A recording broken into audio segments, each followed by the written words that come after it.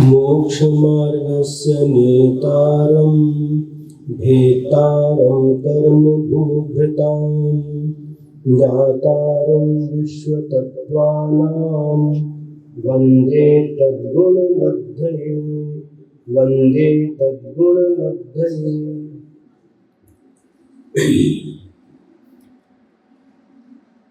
यह तत्वात् सूत्र नाम का ग्रंथ, जिसका नाम दूसरा नाम मोक्ष शास्त्र भी है,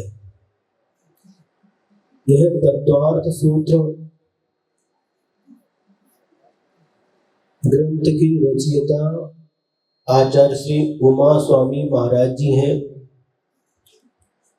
और इसकी रचना कैसे हुई तो एक प्रसंग सुनने को मिलता है। किसी श्रावक ने अपने घर की दीवार पर दर्शन ज्ञान चारित्राणि मोक्ष मार्ग ऐसा सूत्र लिखा था। आचार्य श्री उमा स्वामी महाराज जी आहार के निमित्त से पधारे थे। आहार के उपरांत उन्होंने देखा कि दीवार पर दर्शन ज्ञान चारित्राणि मोक्ष मार्ग यह सूत्र लिखा हुआ है, और उन्होंने उस सूत्र के आगे सम्यक शब्द जोड़ दिया। अब सूत्र क्या बन गया? सम्यक दर्शन ज्ञान चारित्राणि मोक्ष मार्ग। वह व्यक्ति जिसने सूत्र लिखा था उस समय घर पर नहीं था। घर पर आने के बाद उसने जब सूत्र देखा कि सूत्र में परिवर्तन हुआ है, ये सम्यक शब्द किसने जोड़ा, अपने घर के लोगों से पूछा तो उन्होंने बताया कि दिगंबर साधु आए थे और उन्होंने यह सम्यक शब्द इस सूत्र के आगे जोड़ा है। उनको खोजते हुए जंगल में गया। जंगल में जाने के बाद उनको साक्षात दर्शन करके नमस्कार किया और पूछा, भगवान आपने सूत्र के आगे सम्यक शब्द क्यों जोड़ा है? तो उन्होंने इसका अर्थ बताया। दर्शन ज्ञान और चारित्र ये मिथ्या भी होते हैं और सम्यक भी होते हैं। जो सम्यक यानी समीचीन होते हैं वही मोक्ष का मार्ग होता है। फिर उसके निवेदन से इस तत्वार्थ सूत्र की रचना हुई। इसमें कुल मिलाकर के 10 अध्याय हैं और 353 सूत्र हैं। जीवादि 7 तत्वों का वर्णन किया गया है। पहले अध्याय से लेकर के 4थे अध्याय तक जीव तत्व का वर्णन है। 5वें अध्याय में अजीव तत्व का वर्णन है और इसके आगे आश्रम आदि तत्वों का वर्णन किया गया है। यह तत्वार्थ सूत्र जैन दर्शन का प्रमुख ग्रंथ माना जाता है। बहुत महत्वपूर्ण ग्रंथ है और जिसने जैन कुल में जन्म लिया है उसे इस तत्वार्थ सूत्र ग्रंथ का ज्ञान होना आवश्यक है। यह अपने धर्म का प्रमुख ग्रंथ है। सभी को एक बार अवश्य पढ़ना चाहिए। गुरुदेव के चरणों में रहते हुए परम पूज्य आचार्य गुरुवर श्री विद्यासागर जी महाराज, उनके मुख से 18-20 साल तक इस ग्रंथ को इस पर्युषण पर्व में सुनने का अवसर प्राप्त होता था, सौभाग्य प्राप्त होता था।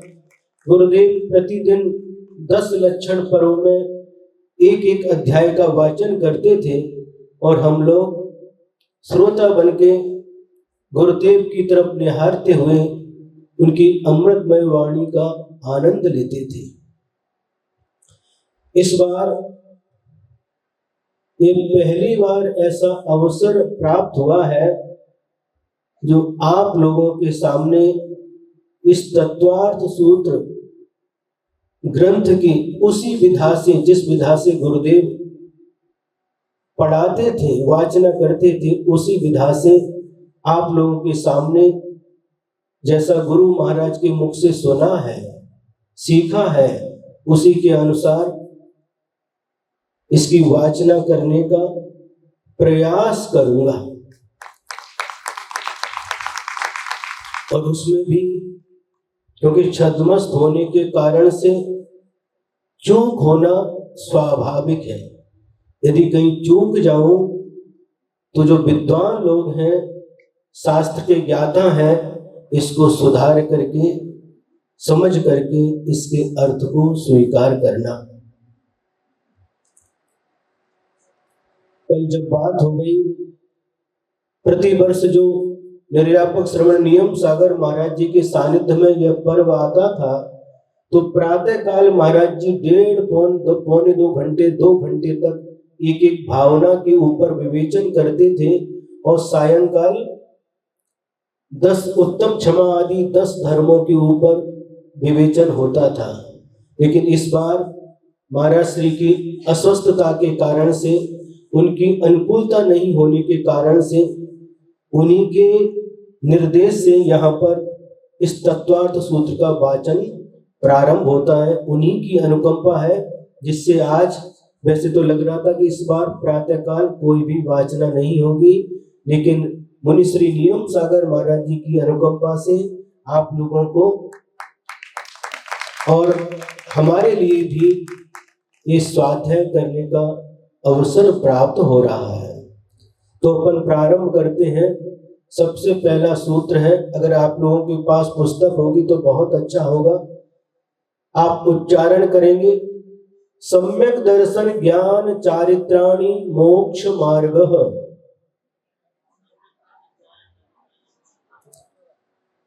सम्यक दर्शन, सम्यक ज्ञान और सम्यक चारित्र, इन तीनों की एकता का नाम मोक्ष मार्ग है।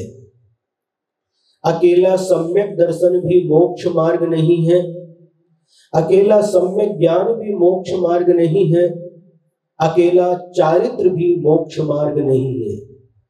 सम्यक दर्शन, सम्यक ज्ञान, ये दो भी मोक्ष मार्ग नहीं है। सम्यक दर्शन, सम्यक चारित्र, ये भी दो मिलकर के मोक्ष मार्ग नहीं है, किंतु ये तीनों मिलकर के मोक्ष मार्ग होता है।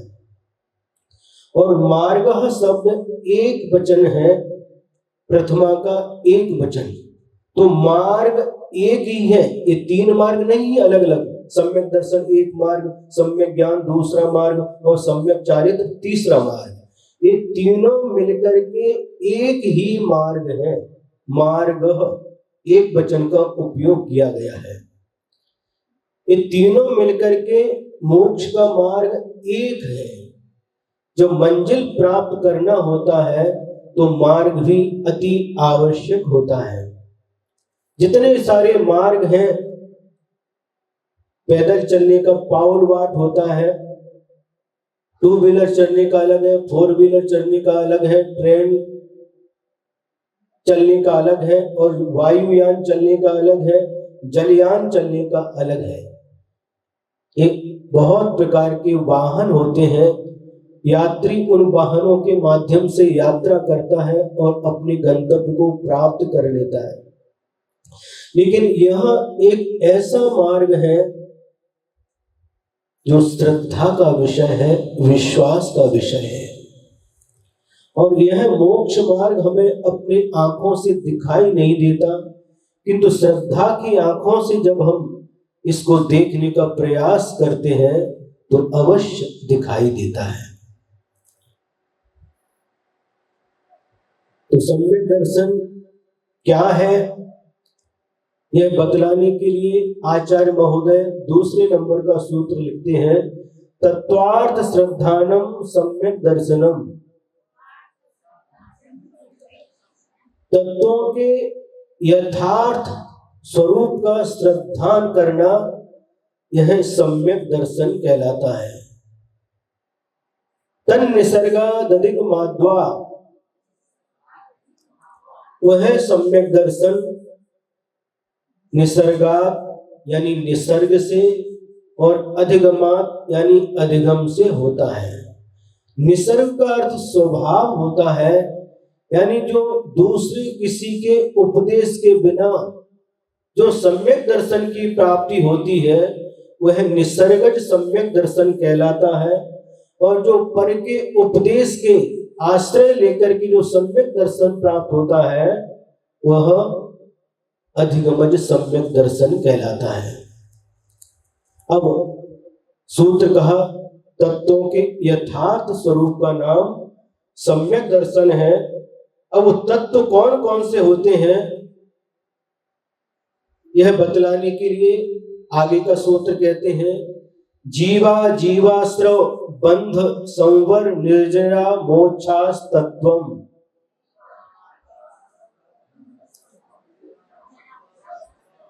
जीव तत्व शब्द सबके साथ जोड़ना, ये अंत दीपक है। तत्व जो शब्द आया है प्रत्येक के साथ जोड़ना।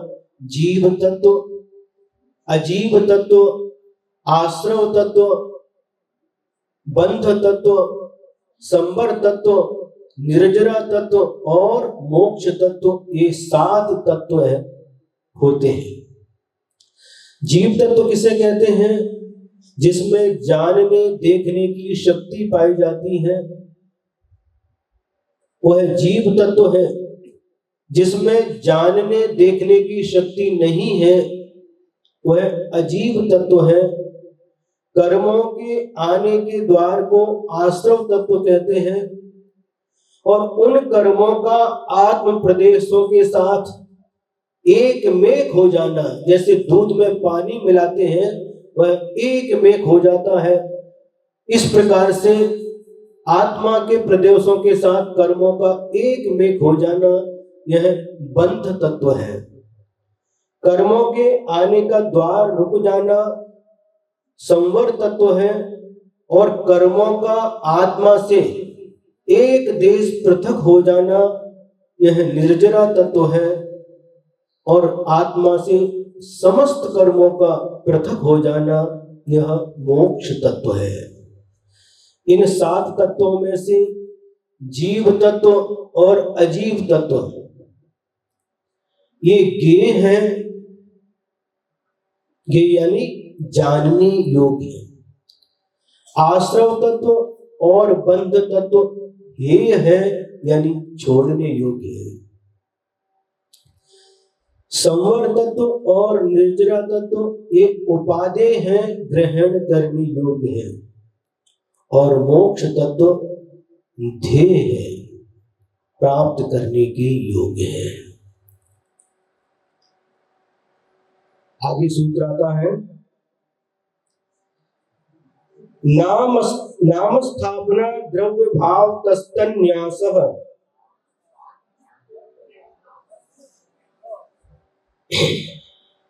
न्यास यानी निक्षेप है।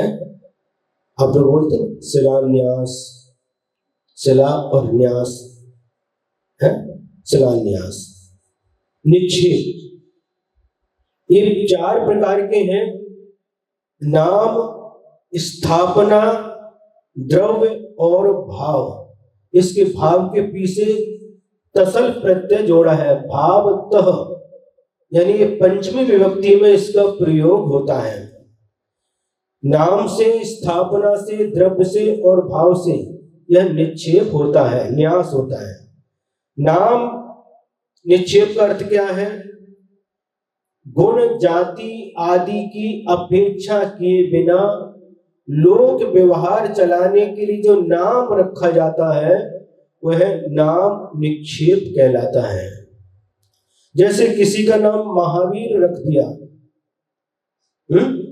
तो महावीर भगवान के गुण उनके अंदर नहीं है और उनके अंदर वह महावीर जैसी वीरता भी नहीं है, शौर्य भी नहीं है, फिर भी उनका नाम महावीर रख दिया। किसी का नाम गुलाब रख दिया, अब उस गुलाब के अंदर जो गुण रहता है, उसके अंदर जो सुगंध रहती है, उनके अंदर नहीं है, फिर भी उनका नाम गुलाब रखा। तो इस प्रकार से जाति गुण आदि की अपेक्षा किए बिना मात्र लोक व्यवहार चलाने के लिए जो नाम रखा जाता है, नामकरण किया जाता है, उसे नाम निक्षेप कहते हैं। दूसरा है स्थापना निक्षेप। स्थापना मतलब पाषाण में, काष्ठ में, चित्र में वह आकार बना करके उनकी स्थापना करना। यह स्थापना दो प्रकार की होती है, तदाकार और अतदाकार।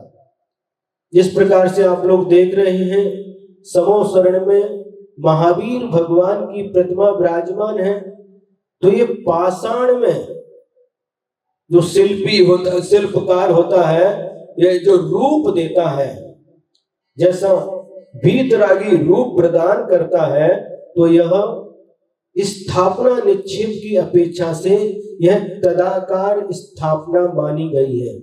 और आप लोग पूजन करते समय जो ठोने में लवंग आदि के माध्यम से अत्र अवतर अवतर संभोषति आवाहनम है, आगे स्थापना करते ना, तो ये अतदाकार स्थापना कहलाती है। मान लीजिए आप मंदिर में हैं, मंदिर में पार्श्वनाथ भगवान विराजमान है और आपको वासुपूज भगवान की पूजन करना, वासुपूज भगवान नहीं है, तो आप लोग क्या करते हैं? स्थापना करते हैं। यह अतदाकार स्थापना कहलाती है। इसके बाद द्रव्य निक्षेप, भूत और भविष्य की पर्याय को ध्यान में रख करके वर्तमान में उसका प्रयोग करना, यह क्या कहलाता है? यह द्रव्य निक्षेप कहलाता है। जैसे निर्मल ढोले हैं, है कि नहीं? है कि नहीं? है। अब पहले यहां पर क्या थे? मुख्य अध्यापक थे। अब अभी तो नहीं है, अभी ये माजी हो गए, लेकिन फिर भी इनको मुख्य अध्यापक कहना। समझ में आया? भूतकाल में थे, अभी नहीं है, फिर भी इनको मुख्य अध्यापक कहना। ये भूतकाल की उस पर्याय को ध्यान में रख करके वर्तमान में कहना। और जो भविष्य में राजा होने वाला है, राजपुत्र है, युवराज है, उसको राजा कहना वर्तमान में। अभी राजा नहीं है, लेकिन भविष्य में राजा बनने वाला है, उसको राजा कहना। यह क्या है? यह द्रव्य निक्षेप की अपेक्षा से कथन होता है। और भाव निक्षेप की अपेक्षा से केवल वर्तमान पर्याय को मुख्य बना करके कथन करना, यह भाव निक्षेप कहलाता है। आगे सम्यक दर्शन आदि और जीव आदि पदार्थ हैं, इनको जानने का क्या उपाय है? तो आगे कहते हैं सूत्र नंबर 6, प्रमाण नैरधिगमः। तो उस पदार्थों को और जीव आदि तत्वों को, सम्यक दर्शन आदि को जानने के ये उपाय है। एक प्रमाण और दूसरा नय। जो वस्तु की समग्रता को ग्रहण करता है वह प्रमाण कहलाता है, और जो वस्तु के एक देश को ग्रहण करता है वह नय कहलाता है। समझ में आया? उदाहरण के लिए जैसे संतरा है, संतरा है, संतरा पूरा जो संतरा को जो विषय बनाया वह प्रमाण का विषय हुआ, और उसमें से एक एक कली निकाल करके एक एक कली को जो विषय बना रहा है वह नय का विषय हुआ। दृष्टि और दृष्टिकोण, दृष्टि प्रमाण का विषय है और दृष्टिकोण नय का विषय होता है। क्योंकि समय कम है, संक्षेप से आपके सामने यह वाचना हो रही है, इसलिए अधिक विस्तार नहीं करते हुए आगे बढ़ते हैं। निर्देश स्वामित्व साधनाधिकरण स्थिति विधानतः।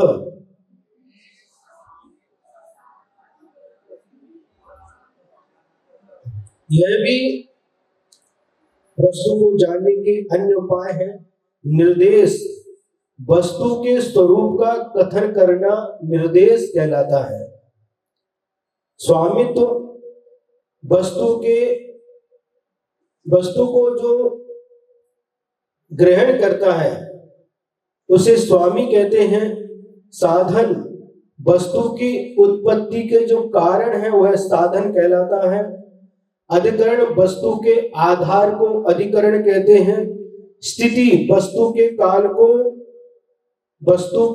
काल की जो स्थिति है उसे स्थिति कहते हैं, तो कितने काल तक रहेगी। विधान वस्तु के वेदों को विधान कहते हैं। अब मान लीजिए सम्यक दर्शन अपन ने एक विषय लिया, तो सम्यक दर्शन कहना, इसका कथन करना, ये निर्देश हो गया। स्वामित्व सम्यक दर्शन के स्वामी कौन है, तो सम्यक दर्शन के स्वामी चारों गतियों के जीव हैं।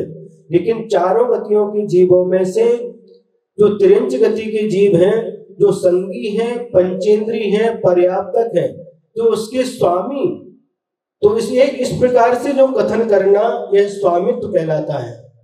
साधन उस सम्यक दर्शन की उत्पत्ति के साधन क्या है। बाह्य साधन अलग है, अभ्यंतर साधन अलग है। अभ्यंतर में अनंतानुबंधी क्रोध, मान, माया, लोभ, ये चार प्रकृतियां, और मिथ्यात्व, सम्यक मिथ्यात्व, सम्यक प्रकृति, इनका उपशम, क्षयोपशम और क्षय आदि यह कारण है। और बाह्य में जिन बिंब दर्शन, जाति स्मरण,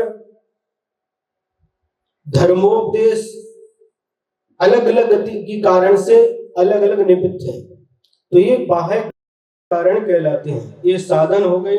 अधिकरण इस सम्यक दर्शन का आधार क्या है, तो ये जीव सम्यक दर्शन का आधार है। जब भी सम्यक दर्शन होगा तो इस जीव के अंदर ही होगा, तो ये आधार हो गया। स्थिति, अब सबकी स्थिति अलग अलग है। प्रथमोपशम सम्यक दर्शन का काल अंतर मुहूर्त है। छायोपशमिक सम्यक दर्शन ज्यादा से ज्यादा रहेगा तो 66 सागरोपम रहेगा।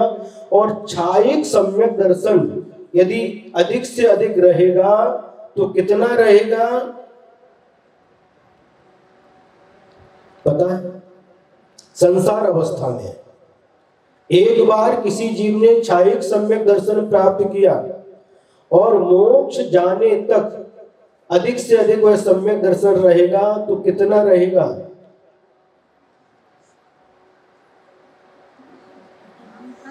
तो 8 वर्ष अंतर मुहूर्त कम, 2 पूर्व कोटि अधिक 33 सागर तक, इतना काल छायिक सम्यक दर्शन का संसार अवस्था में रहता है। तो ये स्थिति हो गई। विधान, अब यह सम्यक दर्शन कितने प्रकार का है, औपशमिक है, छायोपशमिक है, छायिक है, निसर्गज है, अधिगमज है, जो भेदों का कथन होता है यह विधान कहलाता है। अब आगे का सूत्र, सत संख्या क्षेत्र स्पर्शन कालांतर भावाल्प बहुत वैश्च।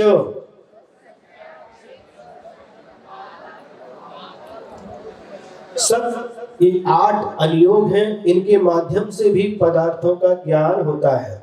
सत यानी वस्तु के अस्तित्व को सत कहते हैं। संख्या जो वस्तु का परिमाण है, वस्तु की जो गणना है वह संख्या कहलाती है। क्षेत्र वस्तु के वर्तमान काल में निवास स्थान को क्षेत्र कहते हैं। स्पर्शन वस्तु के तीनों काल संबंधी निवास को स्पर्शन कहते हैं। काल वस्तु के ठहरने की मर्यादा को काल कहते हैं। अंतर वस्तु के ब्रह काल को अंतर कहते हैं। ब्रह काल मतलब एक बार सम्यक दर्शन छूटने के बाद पुनः प्राप्त हुआ तो बीच में कितना काल पड़ा, कितना अंतर पड़ा, इसका नाम अंतर है। भाव औपशमिक, छायिक, पारिणामिक आदि भाव कहलाते हैं। और अल्प बहुत्व यानी अन्य पदार्थ की अपेक्षा जो हीनादिकता का उल्लेख किया जाता है, वर्णन किया जाता है, वह अल्प बहुत्व कहलाता है।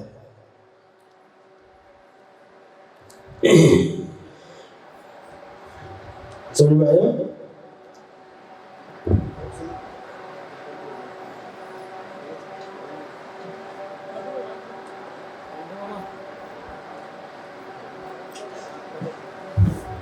औपसमिक सम्यक दृष्टि कितने हैं, छायोपसमिक कितने हैं, छाई कितने हैं, कौन से कम है, किससे कौन ज्यादा है, किससे कौन कम है, इस प्रकार का जो वर्णन होता है वह अल्प बहुत्व कहलाता है। अब इसके बाद में सम्यक ज्ञान का वर्णन प्रारंभ होता है। सम्यक ज्ञान के भेद और नाम बताए जाते हैं। मति श्रुतावधि मनः पर्यय केवलानि ज्ञानम। इस सूत्र में ज्ञान शब्द अंत दीपक है, प्रतीक के साथ ज्ञान शब्द जोड़ना। मति ज्ञान, श्रुत ज्ञान, अवधि ज्ञान, मनः पर्यय ज्ञान और केवल ज्ञान, ये ज्ञान के 5 भेद होते हैं। मति ज्ञान कैसे कहते हैं? जो इंद्रिय और मन की सहायता से पदार्थ का ज्ञान प्राप्त करता हुआ मति ज्ञान कहलाता है। और मति ज्ञान के द्वारा जो पदार्थ जाना है उसे विशेष जानना, यह श्रुत ज्ञान है। इंद्रिय और मन की सहायता के बिना रूपी पदार्थों की जो द्रव्य क्षेत्र काल भाव की मर्यादा को लिए हुए जो ज्ञान होता है वह अवधि ज्ञान है। इसी प्रकार से इंद्रिय या अन्य किसी की सहायता के बिना अपने और दूसरे के मन में स्थित पदार्थों को जानना मनः पर्यय ज्ञान है। और सभी द्रव्यों की सभी पर्याय को युगपत एक साथ जानना केवल ज्ञान कहलाता है। तत्प्रमाणे, ये पांचों ही ज्ञान प्रमाण है। ये पांचों ही ज्ञान सम्यक ज्ञान है और ये पांचों ही ज्ञान प्रमाण है। उनके 2 भेद हैं। कौन कौन से 2 भेद हैं आगे के सूत्र बताते हैं। आद्य परोक्षम, आद्य जो शब्द है वह द्विवचन है, यानी आदि के 2 ज्ञान, मति ज्ञान और श्रुत ज्ञान, ये परोक्ष ज्ञान कहलाते हैं। क्योंकि इंद्रिय और मन आदि, प्रकाश आदि जो बाह्य आलम्बन लेकर के जो पदार्थ का ज्ञान है वह परोक्ष ज्ञान कहलाता है। तो ये दोनों ज्ञान, मति ज्ञान, श्रुत ज्ञान परोक्ष ज्ञान है। प्रत्यक्ष मन्यत अन्यत, यानी जो शेष 3 ज्ञान है, अवधि ज्ञान, मनः पर्यय ज्ञान और केवल ज्ञान, ये तीनों ही ज्ञान प्रत्यक्ष ज्ञान कहलाते हैं। यह तीनों ही ज्ञान इंद्रिय और मन के बिना पदार्थ को जानते हैं, इसलिए यह प्रत्यक्ष ज्ञान कहलाते हैं। इसमें से अवधि ज्ञान और मनः पर्यय ज्ञान देश प्रत्यक्ष है और केवल ज्ञान सकल प्रत्यक्ष होता है। अब मति ज्ञान के अन्य जो पर्यायवाची नाम है उनका वर्णन किया जाता है।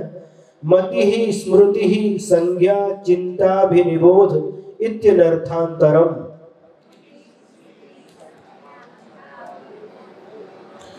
मति, स्मृति, संज्ञा, चिंता और अभिनिबोध, ये मति ज्ञान के ही पर्यायवाची या अन्य नाम है।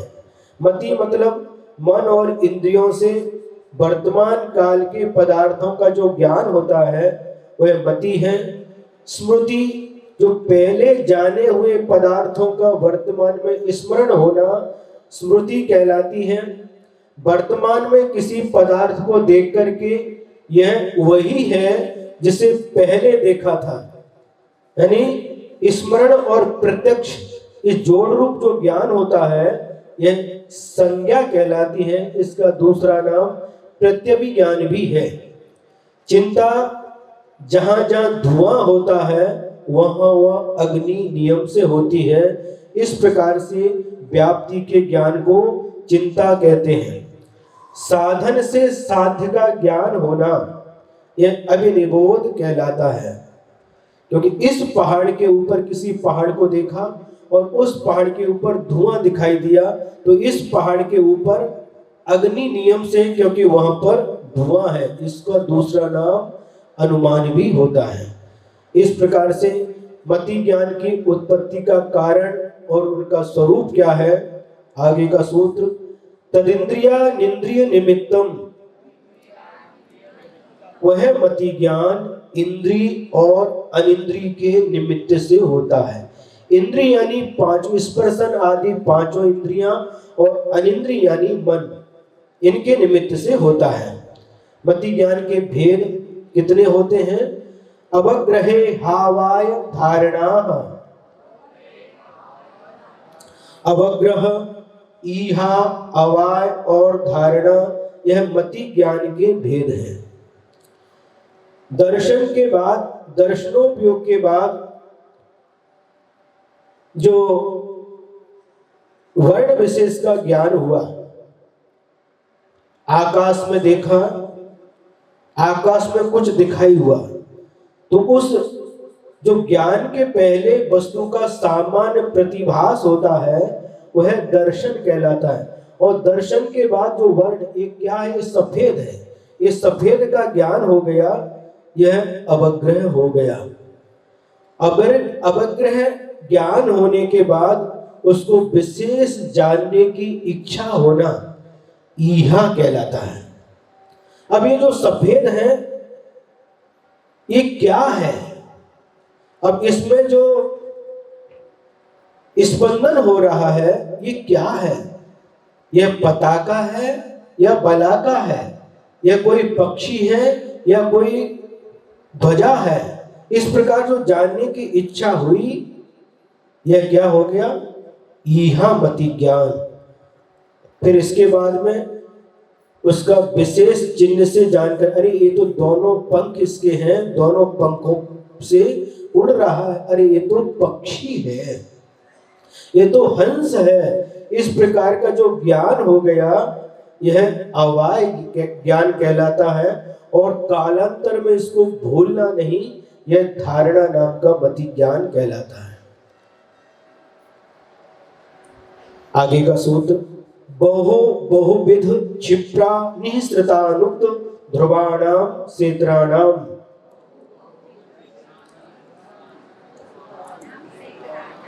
बहु यानी बहुत, बहुविध यानी बहुत प्रकार का, क्षिप्र यानी शीघ्रता से, अनिश्चित यानी ढका हुआ,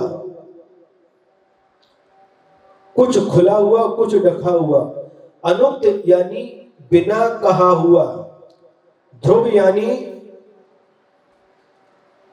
बहुत काल तक जैसा का तैसा बना रहना।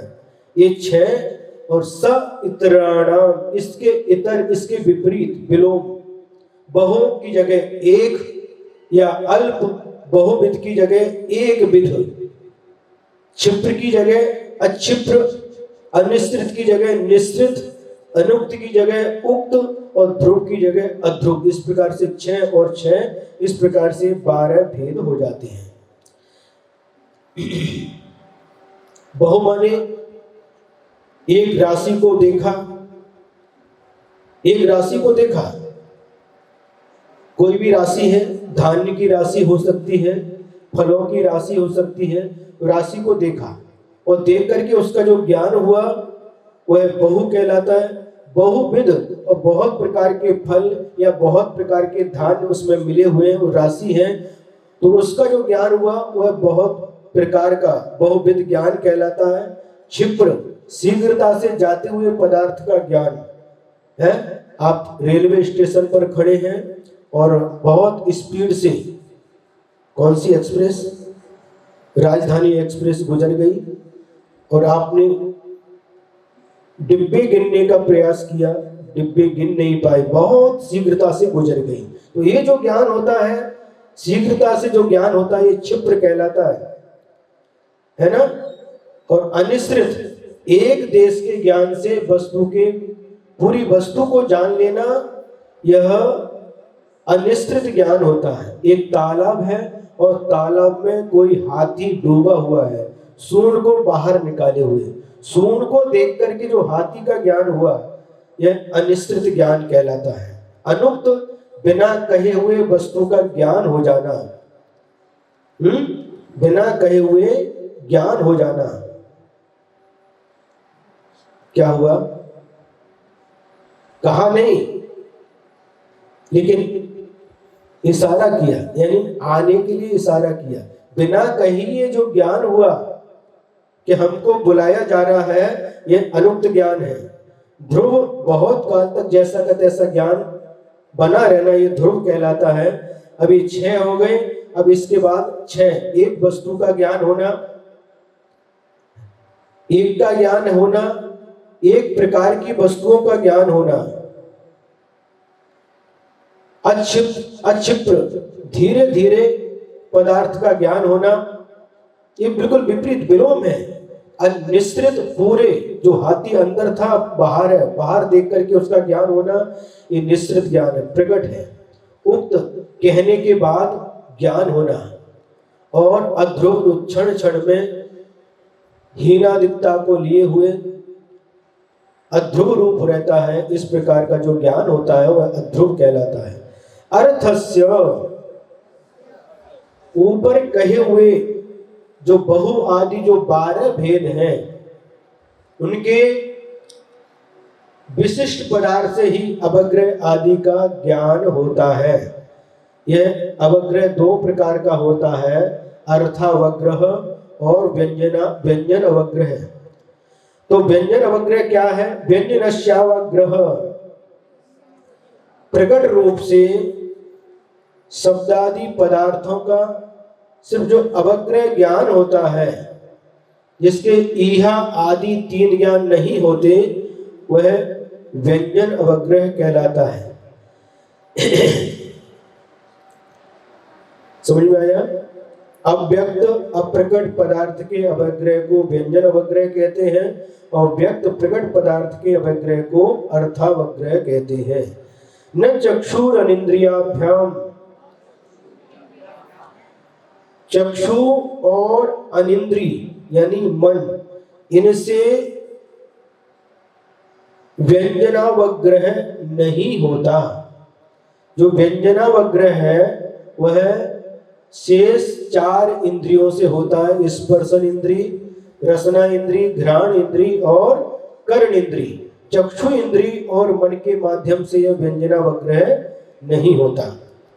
अब इसके बाद में श्रुत ज्ञान का वर्णन प्रारंभ होता है। श्रुतम मति पूर्वम द्वैनेक द्वादश भेदम। जो श्रुत ज्ञान होता है वह मति ज्ञान पूर्वक ही होता है, और वह श्रुत ज्ञान द्वि यानी 2, अनेक यानी अनेक, और द्वादश यानी 12 भेद वाला होता है। यानी उस श्रुत ज्ञान के 2 भेद होते हैं, अंगवाह्य और अंग प्रविष्ट। जो अंगवाह्य होता है वह अनेक भेद वाला होता है, और अंग प्रविष्ट के 12 भेद होते हैं, जिसे द्वादशांग कहते हैं। अब अवधि ज्ञान का वर्णन। भव प्रत्ययो वधिर देव नारकाणाम।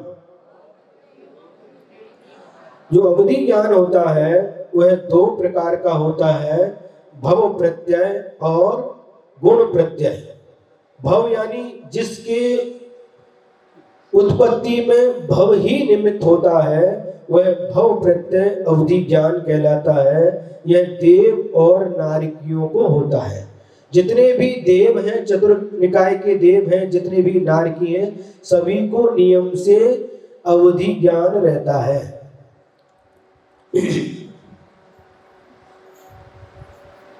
जो सम्यक दृष्टि देव हैं, नारकी हैं, उनको अवधि ज्ञान होता है, और जो मिथ्या दृष्टि देव या नारकी होते हैं उनको कुअवधि ज्ञान होता है। इसको विभंग अवधि भी कहते हैं, विभंग ज्ञान भी कहते हैं। क्षयोक्षम निमित्तः षट् विकल्पः शेषाणाम। क्षयोपशम के निमित्त से अथवा गुण प्रत्यय से, गुण प्रत्यय यानी सम्यक दर्शन और संयम ही गुण कहलाता है, इसके निमित्त से क्षयोपशम होता है उस अवधि ज्ञान का। और वह अवधि ज्ञान मनुष्यों और त्रयंचों में जो पाया जाता है उसके 6 भेद बतलाए गए हैं। अनुगामी अवधि ज्ञान, अननुगामी अवधि ज्ञान, वर्धमान अवधि ज्ञान, हीयमान अवधि ज्ञान, अवस्थित अवधि ज्ञान, अनवस्थित अवधि ज्ञान, इसके भेद कहे गए हैं। और इसके अलावा भी देशावधि, परमावधि और सर्वावधि भी इसके भेद होते हैं। देशावधि कहीं पर भी हो सकता है, चारों गतियों के जीवों को हो सकता है, लेकिन जो परमावधि और सर्वावधि अवधि ज्ञान होता है वह उसी भव से मोक्ष जाने वाले मुनि महाराज को होता है। क्योंकि समय का अभाव होने से अधिक विस्तार नहीं कर सकते, मनः पर्यय ज्ञान के भेद बताते हैं। ऋजु विपुलमति मनः पर्ययः, मनः पर्यय ज्ञान के 2 भेद हैं, ऋजुमति मनः पर्यय ज्ञान और विपुलमति मनः पर्यय ज्ञान। जो ऋजुमति मनः पर्यय ज्ञान होता है, मन वचन काय की सरलता से चिंतित दूसरे के मन में स्थित रूपी पदार्थ को विषय करता है, वह ऋजुमति मनः पर्यय ज्ञान कहलाता है। और जो विपुलमति मनः पर्यय ज्ञान होता है वह सरलता से अथवा कुटिलता से चिंतित पर के मन में स्थित रूपी पदार्थ को विषय बनाता है, वह विपुलमति मनः पर्यय ज्ञान कहलाता है। विपुलमति मनः पर्यय ज्ञान उसी भव से मोक्ष जाने वाले मुनि महाराज को ही होता है। दोनों ही मनः पर्यय ज्ञान मुनि महाराज को ही होते हैं। मति ज्ञान, श्रुत ज्ञान, अवधि ज्ञान चारों गतियों के जीवों को हो सकते हैं, लेकिन मनः पर्यय ज्ञान मनुष्य गति में और मनुष्य गति में विशेष जो भावलिंगी मुनि महाराज होते हैं, 6वें 7वें गुण स्थानवर्ती विशेष मुनि महाराज को ही यह मनः पर्यय ज्ञान की प्राप्ति होती है। अब इसमें इन दोनों में अंतर क्या है? ऋजुमति और विपुलमति मनः पर्यय ज्ञान में विशुद्ध प्रतिपाताभ्याम तद्विशेषः, विशुद्धि और अप्रतिपात की अपेक्षा से इन दोनों मनः पर्यय ज्ञान में अंतर है। परिणामों की विशुद्धि ऋजुमति की अपेक्षा विपुलमति मनः पर्यय ज्ञान वाले मुनि महाराज जो होते हैं उनकी आत्मा में विशेष रूप से विशुद्धि पाई जाती है। ऋजुमति मनः पर्यय ज्ञान प्राप्त होता है, प्राप्त होने के बाद छूट भी सकता है, लेकिन जो विपुलमति मनः पर्यय ज्ञान है वह अप्रतिपात होता है, केवल ज्ञान प्राप्त होने तक वह छूटता नहीं है। यह इन दोनों में अंतर है। अवधि ज्ञान और मनः पर्यय ज्ञान में और क्या विशेषता है? विशुद्धि क्षेत्र स्वामी विषयभ्यो वधि मनः पर्ययोः। कल से यदि आप लोग पुस्तक लेकर के आएंगे तो बहुत अच्छा लगेगा, आपको उच्चारण करने में भी सुविधा होगी और जब एक एक शब्द का अर्थ देखेंगे तो आपको अर्थ का बोध भी बहुत अच्छे से होगा। अब देखिए, अवधि मनः पर्ययोः, ये सप्तमी का द्विवचन है। अवधि ज्ञान में और मनः पर्यय ज्ञान में अंतर है। कैसे अंतर है? विशुद्धि, विशुद्धि की अपेक्षा अंतर है, क्षेत्र की अपेक्षा अंतर है, स्वामी की अपेक्षा अंतर है और विषय की अपेक्षा से भी अंतर है।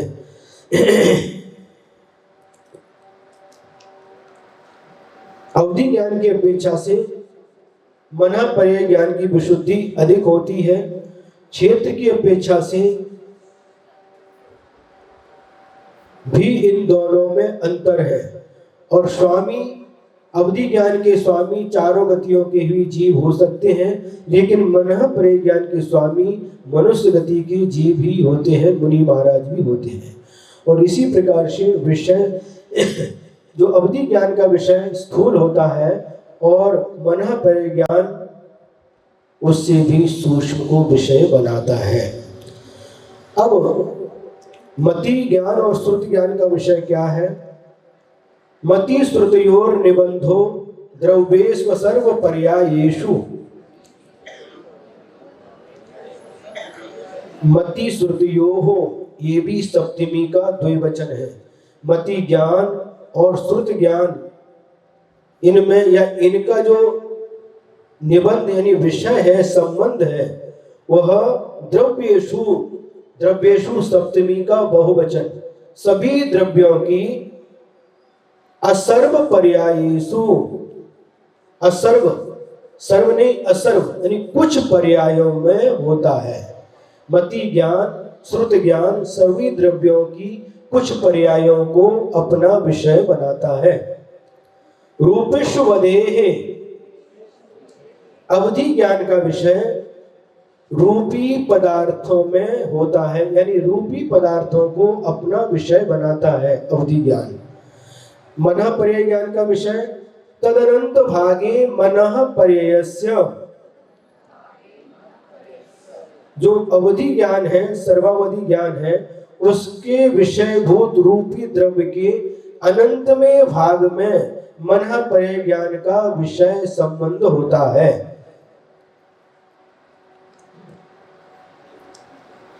अब इसके बाद में जो सकल प्रत्यक्ष है, ऐसे केवल ज्ञान का विषय बताया जा रहा है। सर्वद्रव्य पर्यायेषु केवलस्य, सभी द्रव्यों की सभी पर्यायों को जो विषय बनाता है वह केवल ज्ञान होता है। यानी केवल ज्ञान सभी द्रव्यों की सभी पर्यायों को विषय बनाता है। अथवा यूं कह सकते हैं, वर्तमान काल की सभी द्रव्यों की सभी पर्यायों को और अतीत काल की और भविष्य काल की सभी द्रव्यों की अनंतानंत पर्यायों को जो विषय बनाता है वह केवल ज्ञान है। यह केवल ज्ञान बहुत विशद होता है। इस केवल ज्ञान की प्राप्ति के बाद तीनों लोक और तीनों कालों में ऐसा कोई भी पदार्थ या कोई भी वस्तु शेष नहीं रहती जो केवल ज्ञान का विषय नहीं बने। अब एक जीव में एक साथ कितने ज्ञान हो सकते हैं? एकादीनि भाज्यानि युगपदे कस्मिन्ना चतुर्भ्य।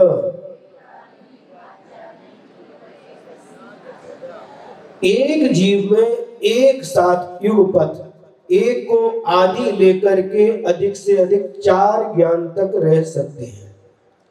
यदि एक जीव में एक ज्ञान पाया जाएगा तो वह केवल ज्ञान, केवल ज्ञान क्षायिक ज्ञान है, वह हमेशा अकेला रहता है।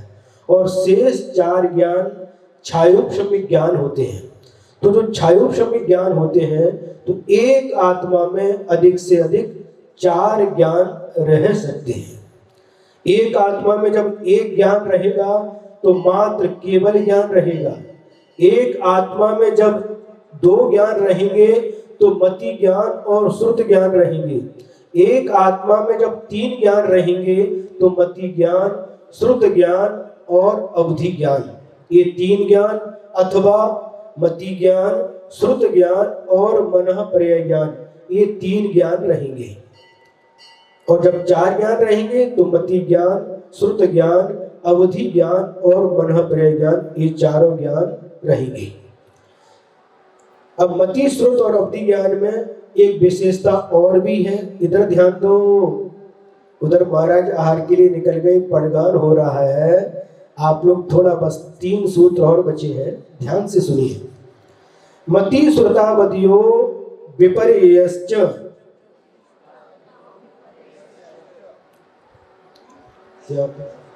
तो योर होना चाहिए, रेप छूट गया इसका। मति है, रेप होना चाहिए इस पर। मति नहीं, ठीक बराबर है। प्रथमा का बहुवचन है, अवधि, अवधि, अवधेय, बराबर है, ठीक है। प्रथमा का बहुवचन। मति ज्ञान, श्रुत ज्ञान और अवधि ज्ञान, ये तीन ज्ञान विपरीत भी होते हैं, यानी मिथ्या भी होते हैं। मति ज्ञान, श्रुत ज्ञान, अवधि ज्ञान ये सम्यक भी होते हैं और मिथ्या भी होते हैं। सम्यक दृष्टि के पास ये तीनों ज्ञान सम्यक ज्ञान के रूप में होते हैं और मिथ्या दृष्टि के पास मिथ्या ज्ञान के रूप में होते हैं। 32वां सूत्र, सदसतो रविशेषात् दृच्छोपलब्धे रुन्मत्तवत्।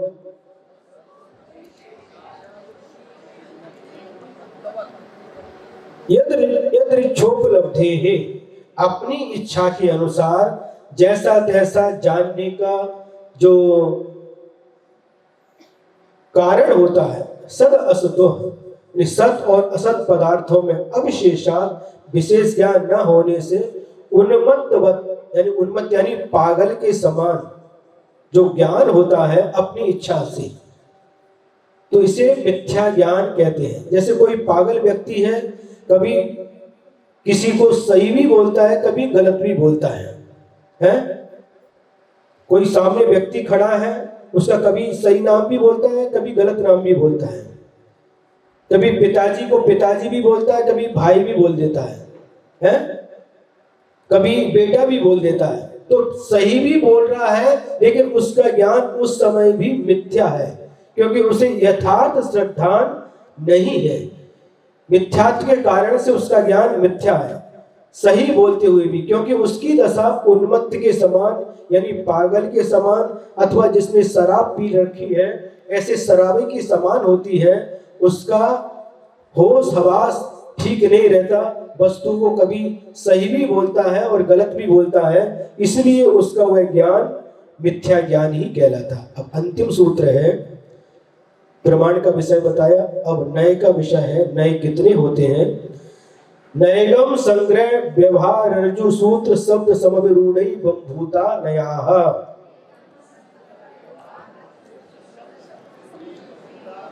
नैगम नय, संग्रह नय, व्यवहार नय, ऋजु सूत्र नय, शब्द नय, समविरूढ़ नय और एवं भूत नय। इस प्रकार से नय के 7 भेद बताए, संक्षेप से सुनेंगे 2-3 मिनट में।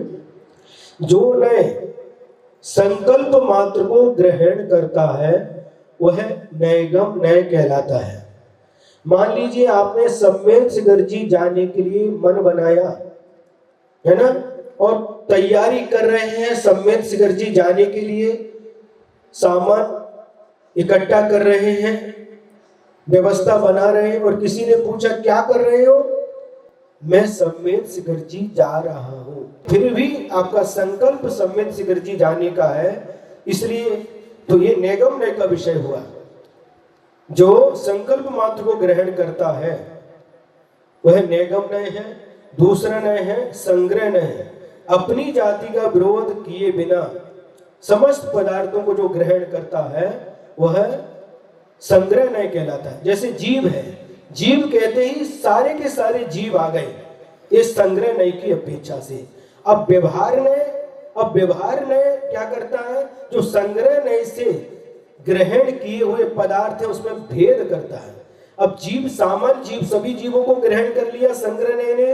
अब ये संसारी जीव हैं, ये मुक्त जीव हैं। संसारी में ये त्रस है, ये स्थावर है। स्थावर में से पृथ्वी कायिक, जल कायिक, अग्नि कायिक, वायु कायिक, वनस्पति कायिक, पर्याप्तक, अपर्याप्तक, सूक्ष्म, बादर, त्रस में। इसी प्रकार से त्रस में 2 इंद्री, 3 इंद्री, 4 इंद्री, संगी पंचेंद्री, असंगी पंचेंद्री, ये नरक गति के, ये देव गति के, त्रिंच गति के, मनुष्य गति के, ये भोग भूमि के, कर्म भूमि के, ये जो भेद होते हैं, भेद से जो विषय करता है, ज्ञान होता है, वह व्यवहार नय का विषय बनता है। ऋजु सूत्र नय जो सिर्फ वर्तमान काल को ही स्वीकार करता है। जिस समय आप पूजन कर रहे हैं उसी समय आप पुजारी हैं। जिस समय आप दान दे रहे हैं उसी समय आप दाता हैं। जिस समय आप पढ़ा रहे हैं उसी समय आप शिक्षक हैं। यहां पर आप शिक्षक नहीं है, यहां पर विद्यार्थी है। समझ में आ रहा? पढ़ाते समय जो वर्तमान पर्याय को ही विषय बनाता है वह ऋजु सूत्र नय कहलाता है। साधु, मुनि, मुनि कब है आगे बताते, शब्द नय, जो नए लिंग संख्या कारक आदि के व्यभिचार को दूर करता है वह शब्द नय कहलाता है। यह नए लिंग आदि के भेद से पदार्थों के भेद रूप ग्रहण करता है। जैसे मुनि है, अनगार है, यति है, ऋषि है, ये अलग अलग पर्यायवाची नाम है मुनि के, ये सबको ग्रहण करता है, सभी को ग्रहण करता है। मुनि कहो, अनगार कहो, यति कहो, ऋषि कहो, साधु कहो, एक अर्थवाची पर्यायवाची सभी को ग्रहण करता है। लेकिन समविरूढ़ नय जो होता है, नाना अर्थों का उल्लंघन कर एक अर्थ को रूढ़ी से ग्रहण करता है, उसे समविरूढ़ नय कहते हैं। मुनि किसे कहते हैं? जो मौन रहते हैं। जिस समय मौन है यह समविरूढ़ है, उसी समय उनको मुनि कहेगा। जिस समय बोल रहे हैं, प्रवचन कर रहे हैं, उपदेश कर रहे हैं, उस समय मुनि नहीं कहेंगे। तो वर्तमान पर्याय को ही और जो उस शब्द को अर्थ है उसी रूप में जो होता है उसी समय उसको ग्रहण करता है। तो जिस समय वह मुनि है उसी समय, कब मुनि है? जब मौन है तभी वह मुनि उनको कहेगा, बाकी समय नहीं। अब इसके बाद में अंतिम नय है एवं भूत नय। जिस शब्द का जिस क्रिया रूप अर्थ है उसी क्रिया रूप परिणमन करते हुए पदार्थ को मन से ग्रहण करता है वह एवं भूत नय कहलाता है। सुन रहे हैं? वर्तमान काल में जो कार्य कर रहा है, जिस समय वर्तमान काल की पर्याय को विषय बनाता है, जिस समय जो कार्य कर रहा है उसी पर्याय को अपना विषय बनाता है। पूजा जिस समय कर रहा है उसी समय पूजक है। समझ आया? समय आपका पूर्ण हो चुका है। इस प्रकार से आज तत्वार्थ सूत्र के प्रथम अध्याय की वाचना पूर्ण हुई। बोधि समाधि परिणाम शुद्धि स्वात्मोपलब्धि शिव सौख्य सिद्धि चिंतामणिं चिंतित वस्तुदाने त्वां वन्द्यमानस्य ममास्तु देवी, त्वां वन्द्यमानस्य ममास्तु देवी। द्वादशांग जनवाणी माता की, परम पूज्याचार्य गुरुवर श्री विद्यासागर जी महाराज की। बोली परम पूज्य निर्यापक श्रवण मुनि श्री नियम सागर जी महाराज की। दोनों बार नमो कार्बन पढ़ेंगे।